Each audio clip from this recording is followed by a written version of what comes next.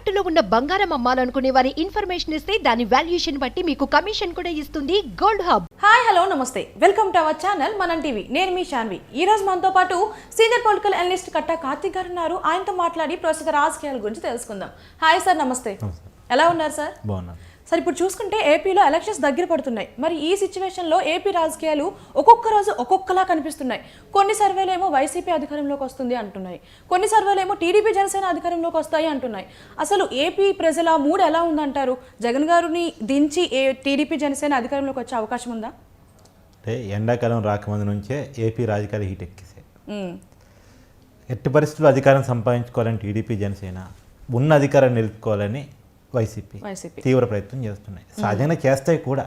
అవును. అయితే ఇక్కడ ఎవరు తక్కువ చేయడానికి ఇవ్వలేదు. ఎవరి వ్యూహాలు వాళ్ళకున్నాయి.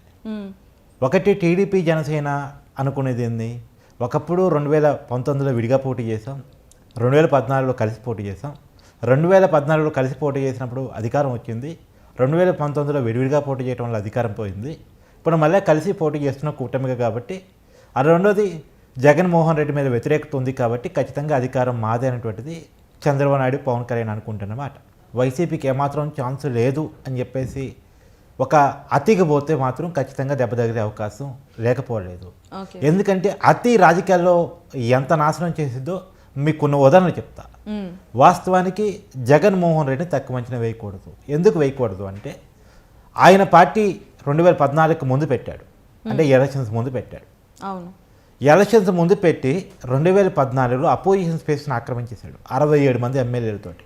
మొట్టమొదట 2014 ఎన్నికలను పేస్ చేసినటువంటి జగన్మోహన్ రెడ్డి గారు 67 స్థానాలతో ప్రతిపక్ష హోదా దక్కించుకున్నారు.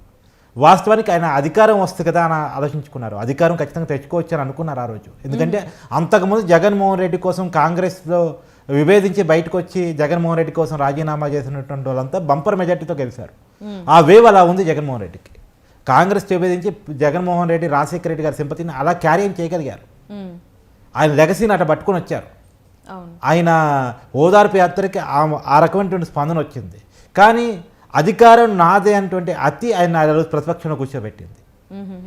ఆ రోజు కొద్ది జాగ్రత్తగా వ్యూహాలు పన్ను ఉంటే, కొన్ని హామీలని, నవరత్నాలు లాంటి హామీని ఆ రోజు ఆయన రక్షించుకొని ఉంటే, అధికారం ఇక ఫిక్స్ అని చెప్పేసి ఆయన కూర్చోకపోతే ఖచ్చితంగా ఆ రోజు అధికారానికి రాగలిగే పరిస్థితి జగన్మోహన్ రెడ్డి గారికి ఉంది.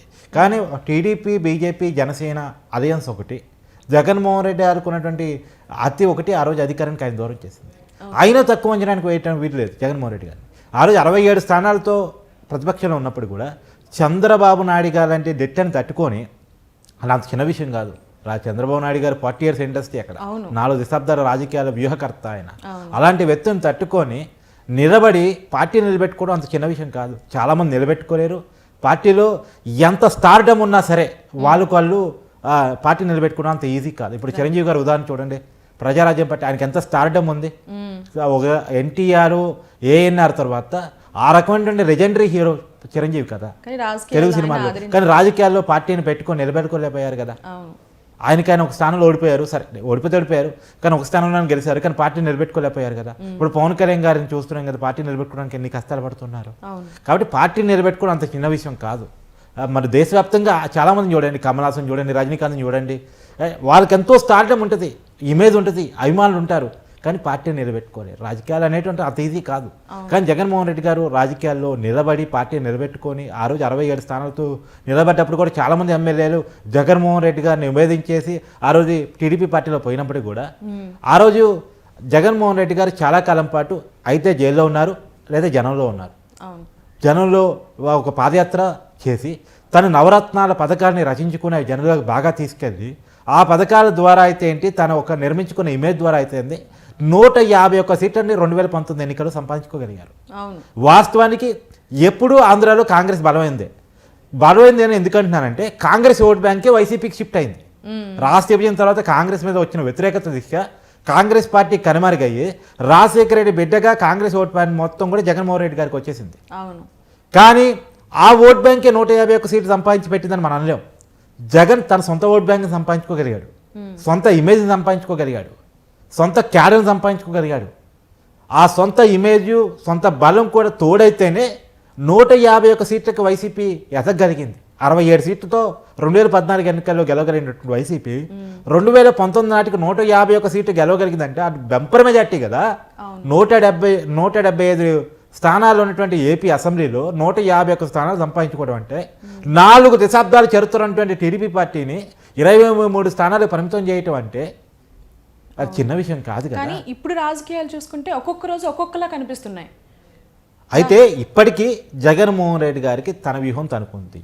జగన్మోహన్ రెడ్డి గారిని తక్కువ వంచడానికి లేదు. జగన్ గారికి తన ఓటు బ్యాంక్ ఏందో చాలా క్లారిటీ ఉంది.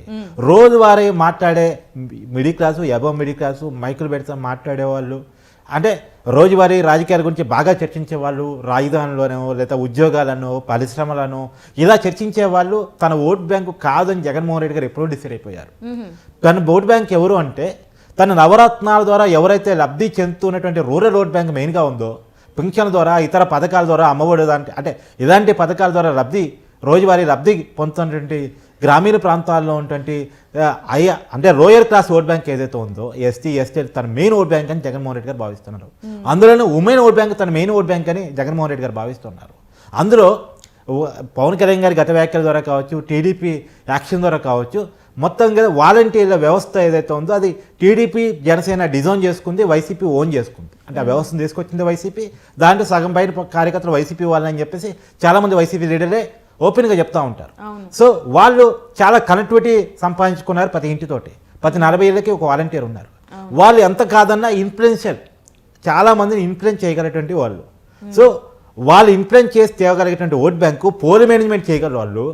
ఆ పోల్ మేనేజ్మెంట్కి వైసీపీ గృహసాధుల ద్వారా కావచ్చు, వాలంటీర్ల ద్వారా కావచ్చు ఒక పెద్ద వ్యవస్థ నిర్మించుకొని పెట్టుకుంది పోల్ మేనేజ్మెంట్ కోసం. సో ఆ పోల్ మేనేజ్మెంట్ వైసీపీని బతికిస్తుంది. ఖచ్చితంగా ఇవాళ సభలకి సిద్ధం సభలు పెడుతుంటే అలా జనాలు వస్తున్నారంటే కారణం ఒక వ్యవస్థ నిర్మితం అయి ఉండటమే. వైసీపీ ఒక చాలా పెద్ద పోల్ మేనేజ్మెంట్ వ్యవస్థ నిర్మించుకుని ఉంది. సో చాలా పెద్ద వ్యూహంలో జగన్మోహన్ రెడ్డి గారు ఉన్నారు. టీడీపీ కాకపోతే ఏంటంటే టీడీపీ జనసేన అలయన్స్గా పోటీ చేస్తే ఖచ్చితంగా రిజల్ట్ పోయినసారి వచ్చినట్టు 151 సీట్లు వస్తాయని జగన్మోహన్ రెడ్డి గారు భావించట్లేదు. వైసీపీ మీద ఖచ్చితంగా వ్యతిరేకత ఉంది. గతంలో వైసీపీకి వేసిన ఓట్ బ్యాంక్ అంతా కూడా వైసీపీతో ఈ రోజు లేదు, ఒప్పుకుందాం. అది జగన్మోహన్ రెడ్డి గారికి కూడా తెలుసు. అయితే ఆ ఓట్ బ్యాంక్ని వీళ్ళ వైపు తిప్పుకోవటం, రెండోది టీడీపీ ఓట్ బ్యాంక్ జనసేన వైపు, జనసేన ఓట్ బ్యాంక్ టీడీపీ వైపు ఖచ్చితంగా షిఫ్ట్ అయితే చూసుకోవటం, అది చాలా పెద్ద టాస్క్. ఈ మధ్య కాలంలో వైసీపీ ఒక గేమ్ ప్లే చేస్తూ ఉంది.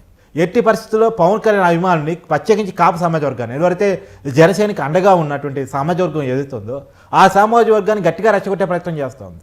పవన్ కళ్యాణ్కి 24 సీట్లు ఇవ్వటం మీద కావచ్చు, పవన్ కళ్యాణ్ సీఎం కాకుండా చంద్రబాబు నాయుడు కోసం ఉపయోగపడుతున్నాడు, చంద్రబాబు నాయుడు సీఎం చేయడం కోసం ఉపయోగపడే ప్యాకేజ్ ఇస్తారని పవన్ కళ్యాణ్ అలా మారిపోయాడు. పవన్ కళ్యాణ్ సీఎం అయ్యే కాడికి వస్తే, పవన్ కళ్యాణ్ ఎక్కువ సీట్లు సంపాదించుకునే కాడికి వస్తే మీరు సపోర్ట్ చేయాలి, కానీ టీడీపీ కోసం మీరు సాక్రిఫైస్ చేయాలా అని చెప్పేసి ఒక కాపుని రెచ్చగొట్టే ప్రయత్నం చేస్తున్నాడు. అది జనసేన ఓట్ బ్యాంక్ని టీడీపీ వైపు షిఫ్ట్ కాకుండా చూసే ప్రయత్నాన్ని జగన్మోహన్ రెడ్డి సక్సెస్ఫుల్గా చేస్తున్నారు. అది కనుక సక్సెస్ఫుల్గా జగన్మోహన్ రెడ్డి గారు చేయగలిగితే అది జగన్మోహన్ రెడ్డి గారికి చాలా పెద్ద అడ్వాంటేజ్ అవుతుంది. వీళ్ళిద్దరూ సరిగా కోఆర్డినేషన్లో పోకపోతే. కానీ ఇటువైపు కూడా చాలా ప్రయత్నం చేస్తున్నారు కోఆర్డినేషన్ మంచిగా ఉందని చెప్పుకోవడం కోసం. ఏది ఎట్సే పరిస్థితుల్లో టీడీపీ ఓట్ బ్యాంక్ జనసేన వైపు, జనసేన ఓట్ బ్యాంక్ టీడీపీ వైపు షిఫ్ట్ అయ్యేలా వీళ్ళ ప్రయత్నాలు వీళ్ళు చేసుకుంటున్నారు. కానీ ఏ మేరకు దీంట్లో సక్సెస్ కాగలటువంటి చాలా ఇంపార్టెంట్ టాస్క్. వీళ్ళు కనుక ఈ విషయంలో సక్సెస్ కాకపోతే, పోల్ మేనేజ్మెంట్లో విఫలం అయితే, కోఆర్డినేషన్లో విఫలం అయితే, ఈ కూటమిని సక్సెస్ఫుల్గా ముందుకు తీసుకెళ్ళడంలో ఏమాత్రం విఫలమైనా సరే మొత్తానికి దెబ్బ తగిలే అవకాశం ఉంది. రెండోది అతి చేయకూడదు. రెండోది నేను ఇందాక అతి అనే మాట జాడేవారు కదా, 2019లో కూడా చంద్రబాబు గారు అతిగా ఫీల్ అయ్యారు. ఆ రోజు బీజేపీ మీద గట్టిగా చేసిన విమర్శలు కావచ్చు, బీజేపీ ఆ రోజు చంద్రబాబు గారు భావించిందంటే ఎట్టి పరిస్థితుల్లో నేను ఒంటరిగా ఈజీగా గెలుపడుతున్నాను, నాకు తిరుగులేదు. జగన్మోహన్ రెడ్డి లేదా వైసీపీ పార్టీ అని చాలా చిన్న పార్టీ, జగన్మోహన్ రెడ్డి అనేవాడు చాలా చిన్నవాడు, నా ముందు అతను నన్ను గెలవగలడా అని చెప్పేసి అతికిపోయారు చంద్రబాబు గారు. చాలా తక్కువ అంచనా సార్. ఆ తక్కువ అంచనా వేయటం అనేటువంటిది 2019 ఎన్నికల్లో చంద్రబాబు గారు చాలా దెబ్బ తగిలింది. అంత 2014 ఎన్నికల్లో జగన్మోహన్ రెడ్డి గారికి అతి ఎంత దెబ్బ జరిగిందో 2019 ఎన్నికల్లో అదే అతి చంద్రబాబు గారికి దెబ్బ జరిగింది. జగన్మోహన్ రెడ్డి గారు చాలా జాగ్రత్త పడ్డారు, చంద్రబాబు నాయుడు గారు కొద్దిగా లైట్ తీసుకున్నారు. అది పోల్ మేనేజ్మెంట్లో 2019 దెబ్బ జరిగింది. సో ఇప్పుడు ఎవరికి వాళ్ళు చాలా జాగ్రత్తగా ఉన్నారు. గత గుణపాఠాల రీత్యా ఎవరు ప్రయత్నాలు వాళ్ళు ఉన్నారు. కానీ నేను చెప్పేది టీడీపీ జనసేన కూటమికి మీరు ఏమాత్రం మీ ప్లానింగ్లో విఫలమైనటువంటి సరే, ఎందుకంటే గతంలో కొన్ని ఉదాహరణలు మీకు చెప్తాను.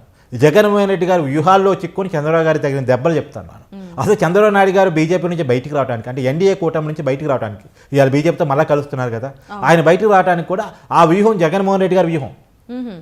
తాను బీజేపీకి దగ్గర కావడానికి, చంద్రబాబు నాయుడు గారిని బీజేపీ నుంచి దూరం చేయడానికి జగన్మోహన్ రెడ్డి గారు ప్రత్యేక హోదాను, ఆ రోజు రాష్ట్ర విభజన హక్కులను ఒక పెద్ద ఎజెండా ఎంచుకొని పెద్ద పోరాటం చేసి అది ప్రజల్లోకి వెళ్ళేలా చేసి అదేదో ప్రజల్లోకి బాగైపోతుందని చెప్పేసి భ్రమలో చంద్రబాబు నాయుడు గారు క్రియేట్ చేసి చంద్రబాబు నాయుడు గారు ఆ బీజేపీ కూటమి నుంచి, అంటే ఎన్డీఏ కూటమి నుంచి బయటకు వచ్చేసి బీజేపీని తిట్టే వర్గంగా జగన్మోహన్ రెడ్డి గారు చేసిన ప్లాన్లో చంద్రబాబు గారు ఇరుక్కున్నారు. ఆ రోజు ఆ ప్లాన్ ప్రకారమే చంద్రబాబు నాయుడు గారు ఆ రోజు ఎన్డీఏ నుంచి బయటకు వచ్చేసారు. ఇవాళ అదే ఎన్డీఏతో మళ్ళీ చంద్రబాబు గారు పోవాలి, మళ్ళీ బీజేపీని జగన్మోహన్ రెడ్డి దూరం చేసి తనతో పెట్టుకోవాలని చెప్పి చంద్రబాబు గారు ఇప్పుడు ప్రయత్నం చేస్తున్నారు. అందుకని నేను చెప్తున్నా, జగన్మోహన్ రెడ్డి గారి ప్లాన్లు చాలా దూరదిస్తూ ఉంటే కఠినంగా ఉంటాయి. అంత ఈజీగా అది పసిగట్టడం అనేది ఉంటుంది. ఈ రోజుకి జగన్మోహన్ రెడ్డి గారి వ్యూహం ఆయనకు ఉంది. దాన్ని జాగ్రత్తగా గమనించి జాగ్రత్తగా ప్లాన్ చేసుకోకపోతే, ఇప్పటికీ నేను చెప్తున్నాను కదా, ఆయన పోల్ మేనేజ్మెంట్ క్లియర్గా ఉంది వైసీపీకి. తన ఓట్ బ్యాంక్ ఏందో తనకి క్లారిటీ ఉంది జగన్మోహన్ రెడ్డి గారికి. రెండోది ఆ ఓట్ బ్యాంక్ తీసుకొచ్చే వాళ్ళు ఎవరో కూడా క్లారిటీ ఉంది. ఇవాళ చాలామంది అంటున్నారు అభ్యర్థులని అటు నుంచి ఇటు అటు చేర్పులు మార్పులు చాలా మైనస్ అవుతాయి, చాలా పెద్ద ఎత్తున తిరుగుబాటు వస్తుంది వైసీపీలో అనుకున్నారు. కానీ వీళ్ళు ఊహించినంత తిరుగుబాటు రాలేదు. తిరుగుబాటే వచ్చుంటే మన రాజ్యసభ ఎన్నికల్లో టీడీపీ పోటీ చేసి ఉండేది.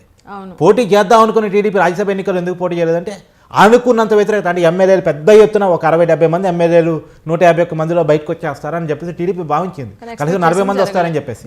ఎందుకంటే గతంలో ఎమ్మెల్సీ ఎన్నికల్లో టీడీపీ గెలవగలిగింది కదా, 5 ఎమ్మెల్యేలు వైసీపీ వాళ్ళు టీడీపీకి ఓట్లేశారు కదా, అదే పరిస్థితి ఇప్పుడు వస్తుందని భావించింది. కానీ అంత రాలేదు. వాళ్ళు మేనేజ్మెంట్ చేసుకోగలిగాడు. ఆ మేనేజ్మెంట్ జగన్మోహన్ రెడ్డి దగ్గర ఉంది, చాలా మేనేజ్మెంట్, అది చేసుకోగలిగాడు. రెండోది ఆయన చేతిలో అధికారం కూడా ఉంటే అది ప్లస్ పాయింట్. కాబట్టి ఎట్టి పరిస్థితుల్లో జగన్మోహన్ రెడ్డి గారిని అధికారంతో దించాలి అంటే చంద్రబాబు నాయుడు గారు, పవన్ కళ్యాణ్ గారు చాలా క్లియర్ కట్ ప్లాన్తో, వ్యూహంతో, అది కూడా పకడ్బందీగా ముందుకెళ్లాల్సిన అవసరం ఉంది. జగన్మోహన్ రెడ్డి గారిని తక్కువ అంచనా వేయటానికి లేదు. స్టిల్ నేను చెప్తున్నాను కదా, ఏపీలో టైట్ పొజిషన్ ఉంది. స్టిల్ ఏపీలో టైట్ పొజిషనే ఉంది. ఎవరికి వన్ సైడ్ రిజల్ట్ లేదు. చాలామంది చెప్తున్నారు టీడీపీ జనసేన కూటమి గెలిచేసినట్టే అని చెప్పేసి. ఇలా చెప్పే వాళ్ళే సగం నాశనం చేసినట్టు. ఎవరైనా ఎవరైతే ఎక్కువ భజన చేస్తారో వాళ్ళే మనకి సర్వనాశనం చేసినట్లే. మరి చూడాలి ఎలాంటి టైట్ పొజిషన్లో ఏ పార్టీ అధికారంలోకి వస్తుంది, ఏ పార్టీ ఓడుతుంది అనేది. Thank you so much sir. Thank you.